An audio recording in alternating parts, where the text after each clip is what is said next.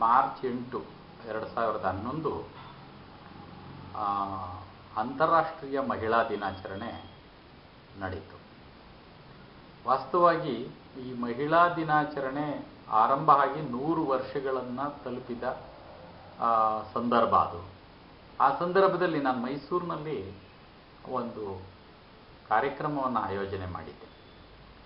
ಈವರೆಗೆ ಮಹಿಳೆ ನಡೆದು ಬಂದ ದಾರಿಯ ಹೆಜ್ಜೆ ಗುರುತುಗಳನ್ನು ಗುರುತಿಸುವ ಮತ್ತು ಅಂತಾರಾಷ್ಟ್ರೀಯ ಮಹಿಳಾ ದಿನಾಚರಣೆಯನ್ನು ಸಂಭ್ರಮದಿಂದ ಆಚರಿಸುವ, ಆ ಮುಖೇನ ಕನ್ನಡ ಸಾಹಿತ್ಯದಲ್ಲಿಯೂ ಕೂಡ ಮಹಿಳೆಯರ ಒಂದು ಆಸೆ, ಆಕಾಂಕ್ಷೆ ಮತ್ತು ಆಕೆಯ ಬದುಕು ಬವಣೆಗಳು ಹೇಗೆ ಕಾಣಿಸ್ಕೊಂಡಿದ್ದಾವೆ ಅನ್ನೋದನ್ನು ದಾಖಲಿಸುವ ಇಂಥದ್ದು ಅನೇಕರು ಇದರಲ್ಲಿ ಪಾಲ್ಗೊಂಡಿದ್ದರು.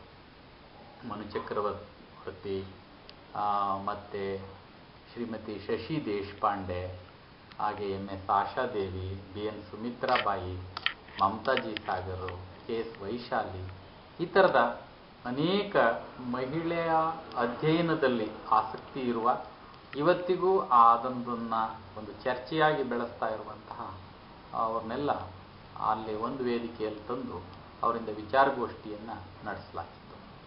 ಇದ್ರ ಉದ್ದೇಶ ಏನು ಅಂತಂತಂದರೆ, ಇದು ಶತಮಾನಗಳಿಂದಲೂ ನಿರಂತರವಾಗಿ ಹೆಣ್ಣಿನ ಮೇಲೆ ನಡೀತಾ ಇರುವಂತಹ ಶೋಷಣೆ, ಮತ್ತು ಜನಕ್ಕೆ ಇದನ್ನು ಪರಿಚಯಿಸಿಕೊಡದೇ ಇದ್ದರೆ, ಇವತ್ತಿನ ಒಂದು ಯುವ ಸಮುದಾಯಕ್ಕೆ ಇದನ್ನು ತಿಳಿಸ್ತೇ ಇದ್ದರೆ, ಅದು ನಾವು ಸಾಂಸ್ಕೃತಿಕವಾಗಿ ಒಂದು ನಷ್ಟವನ್ನು ಮಾಡದ ಹಾಗೆ.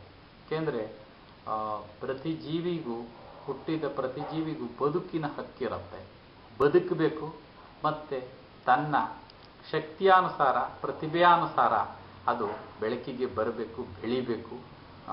ಬದುಕು ತಾನು ಕಟ್ಕೊಳ್ಳೋದಲ್ದೇನೆ ಸಮಾಜಕ್ಕೆ ಅದೊಂದು ಪ್ರತಿಯೊಬ್ಬರ ಬದುಕು ಒಂದು ಕೊಡುಗೆಯಾಗಿ ರೂಪುಗೊಳ್ಳಬೇಕು. ಈ ರೀತಿಯ ಒಂದು ದೃಷ್ಟಿಧೋರಣೆ ನನಗೆ ಯಾವಾಗಲೂ ಇರುತ್ತೆ. ಆದರೆ ಎಷ್ಟು ಮಹಿಳೆಯರು ಯಾವ್ಯಾವುದೋ ಕಾರಣಕ್ಕೆ ಜೀವ ತೆಗೆದುಕೊಳ್ತಾ ಇದ್ದಾರೆ. ಈ ಹಿನ್ನೆಲೆಯಲ್ಲಿ ನಾನು ಈಗಲೂ ಕೂಡ ಮಹಿಳೆ ಒಂದು ಚಿಂತನೆ ಅನ್ನುವ ಪುಸ್ತಕವನ್ನು ಎಡಿಟ್ ಮಾಡ್ತಾ ಇದ್ದೇನೆ. ಮತ್ತು ಬೇರೆ ಬೇರೆ ಇದರಲ್ಲಿ ಭಾರತೀಯ ಮಹಿಳೆಯರ ಭಾವನೆಗಳನ್ನು ಕುರಿತು ಅಧ್ಯಯನ ಮಾಡ್ತಾ ಇದ್ದೇನೆ. ಮತ್ತು ಇಷ್ಟು ವರ್ಷ ಆದರೂ ಕೂಡ, ಸ್ವಾತಂತ್ರ್ಯ ಪೂರ್ವ ಯುಗದ್ದು ಹೋಗಲಿ, ಸ್ವಾತಂತ್ರ್ಯ ನಂತರ ಕೂಡ ಮಹಿಳೆ ಎಲ್ಲ ರಂಗದಲ್ಲಿಯೂ ಪ್ರವೇಶ ಮಾಡಿ ಪುರುಷನಷ್ಟೇ ಸಮಬಲಳಾಗಿ ಸಮಾನ ಅವಕಾಶ ಪಡೆದು ನಿಂತಿದ್ದಾಳ ಅಂತಂದರೆ ಖಂಡಿತ ಇಲ್ಲ. ಆದರೆ ಎಷ್ಟೋ ಸಂದರ್ಭದಲ್ಲಿ, ಎಷ್ಟೋ ಮನೆಯವರಲ್ಲಿ ಇವತ್ತಿಗೂ ನೀನು ಹೆಣ್ಮಗಳು ಬೇಡಮ್ಮ ಅನ್ನುವಂಥ ಪರಿಸ್ಥಿತಿ ಇದೆ. ಮತ್ತು ರಾಜಕಾರಣ ಕೂಡ ಎಷ್ಟರ ಮಟ್ಟಿಗಿದೆ ಅಂತಂದರೆ ಪುರುಷ ರಾಜಕಾರಣವೇ ಆಗಿದೆ.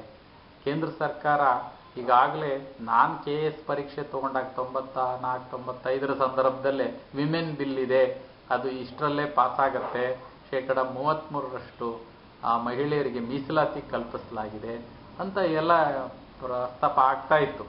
ಆದರೆ ಇನ್ನೇನು ಆಗೇ ಹೋಗುತ್ತೆ, ಮಹಿಳೆಯರಿಗೂ ಕೂಡ ಎಲ್ಲದ ಕಡೆಯೂ ಸದಾವಕಾಶ ಸಿಗುತ್ತೆ ಅನ್ನುವ ಸಂದರ್ಭದಲ್ಲಿಯೇ ಅದು ಬಿದ್ದೋಯ್ತು ವಿಮೆನ್ ಬಿಲ್ಲು. ಇದುವರೆಗೂ ಕೂಡ ಆ ಮೀಸಲಾತಿ ಕೇಂದ್ರ ಸರ್ಕಾರದ ಮಟ್ಟದಲ್ಲಿ ಆಗಿಯೇ ಇಲ್ಲ, ಅದೊಂದು ಪಾಲಿಸಿಯಾಗಿ ಹೊರ ಬಂದೇ ಇಲ್ಲ. ಆ ರೀತಿ ಇರೋದ್ರಿಂದ ಒಂದು ನಮ್ಮ ಸಮಾಜದ ಧೋರಣೆನೇ ಒಂದು ಮೇಲ್ ಡಾಮಿನೆಂಟ್ ಕಲ್ಚರ್ ಆದ್ದರಿಂದ ಇವತ್ತಿಗೂ ಆ ಮಹಿಳೆಯರ ಭಾವನೆ ತಪ್ಪಿಲ್ಲ. ಒಂದು ರೀತಿಯ ವಿಸ್ಮೃತಿಗೆ ಒಳಗಾಗುವಂಥ ವಿಚಾರಧಾರೆಯಾಗಿ ಇದೆ.